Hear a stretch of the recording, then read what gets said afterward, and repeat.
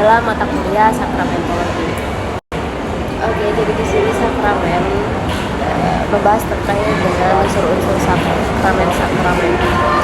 Jadi di sini sakramen merupakan tanda di mana menghadirkan suatu tanda akan karya keselamatan dari Allah.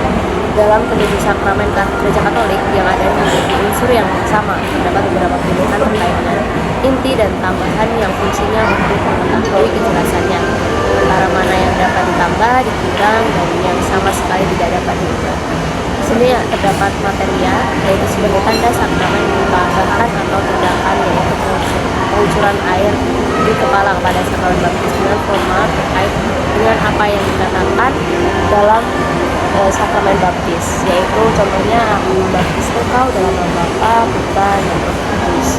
Kemudian pelayanan sakramen terkait dengan orang yang melaksanakan penerimaan dalam sakramen.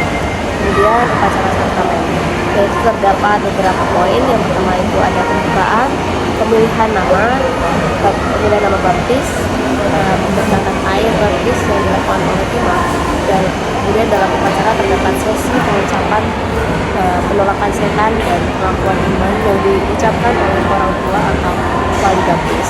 Kemudian pembaptisan dengan mengucurkan air di atas kepala, kemudian memberikan minyak krisma, dan yang terakhir adalah pemberian minyak baptis. Hal yang penting dalam sakramen baptis, yang pertama ada syarat baptisan demi syahnya. Yang pertama, upacara air yang dituangkan di atas daki atau kepala ditenggelamkan dalam air dan hatinya dengan mengucapkan kurma, yaitu kata-kata yang diucapkan, yaitu aku membaptis engkau dalam nama Bapa, Putra, dan Roh Kudus.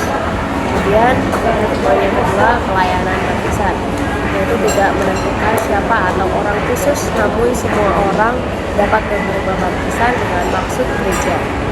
Artinya bahwa orang yang belum dipermandikan juga bisa membaptis orang lain, asalkan orang tersebut juga tahu dengan menjelaskan apa dan sesuai dengan maksud gereja tersebut. Poin yang ketiga yaitu penerimaan baptisan. Tentunya adalah orang yang belum menerima atau belum pernah dibaptis. Kemudian mampu menggunakan akal budi dengan maksud agar sungguh dari keinginan diri untuk mau dibaptis. Kemudian demi layaknya. Poin yang pertama yaitu terkait dengan upacara yang harus dilakukan adalah keseluruhan, bukan hanya bagian pokok di mana air dalam baptisan harus air bersih kecuali dalam keadaan darurat.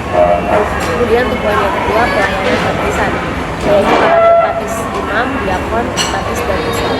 Namun dalam keadaan darurat, orang awam juga bisa melakukan baptisan dengan syarat dan maksud gereja. Kemudian yang poin ketiga, dalam penerimaan baptis juga harus tahu terkait dengan pokok iman gereja, yaitu mengikuti katekumena, bertobat, dan menyatakan iman pada baptisan baik juga para orang tua bertanggung jawab, dan juga memberikan jaminan bahwa anaknya akan mendapat pendidikan iman Kristiani yang baik kemudian. Oke, jadi kesimpulannya dalam sakramen baptis merupakan suatu hal yang wajib dilaksanakan atau digunakan kepada umat Katolik. Dengan penerimaan sakramen baptis, orang tersebut memiliki tanggung jawab untuk memperkaya iman mereka, iman Katolik, dan ambil bagian dalam tugas pelayanan bagi Tuhan.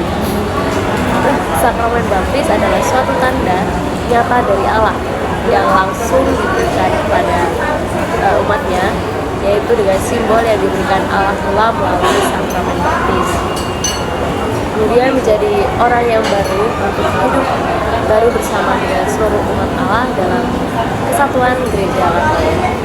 Oke, demikian penjelasan terkait sakramen baptis dari saya. See you next time.